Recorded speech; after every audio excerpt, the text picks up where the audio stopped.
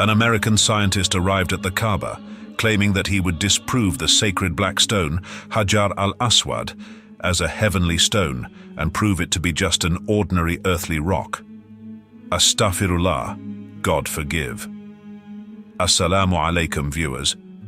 Did this American scientist succeed in proving the black stone to be false? What is the true nature of Hajar al-Aswad? Where did it come from, and who placed it in the Kaaba? These questions also arose in the minds of many Muslims, but a miracle occurred, one so powerful that the scientist couldn't help but embrace Islam. Allahu Akbar, God is great. We will share the full story in this video, so stay with us until the end. If you're new to the channel, don't forget to subscribe and hit the bell icon so you don't miss future updates.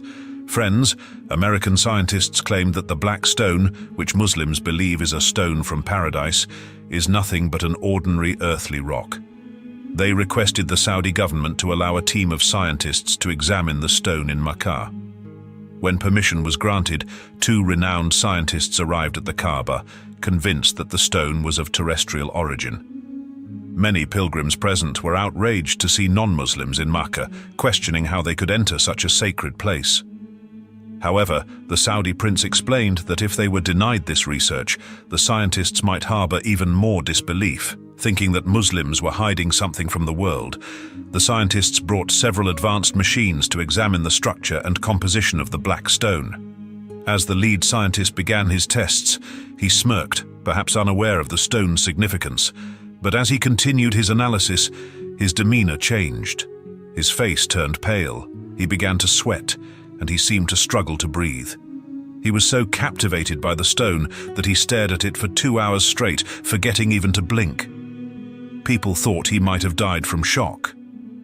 When they tried to shake him, he suddenly fell to the ground, crying. He pleaded with the Muslims present to teach him their religion, saying that his heart would burst if he didn't accept Islam immediately. Everyone was astonished. The scientist recited the Shahada, declaration of faith, and embraced Islam. His condition worsened, and he was hospitalized for 2 weeks, unconscious. When he regained consciousness, he was recited the Adhan, call to prayer, and listened to Quranic verses. And he wept, saying, "I thought the black stone was just an ordinary rock, but when I examined it, I felt as though I had become detached from the world. I saw the entire universe within this stone. It is beyond comprehension.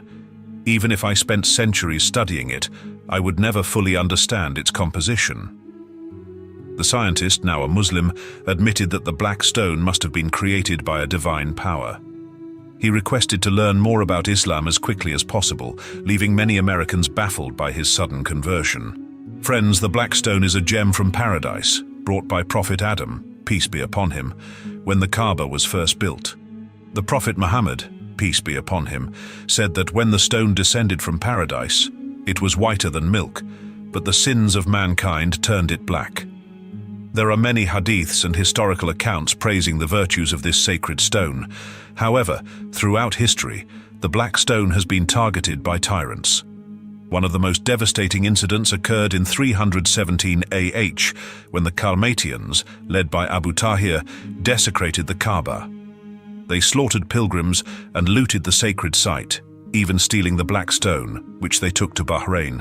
It remained there for 22 years before it was miraculously returned, after a test involving fire proved its divine origin. Abu Tahir, the Khalmatian leader, later died in disgrace, suffering from smallpox.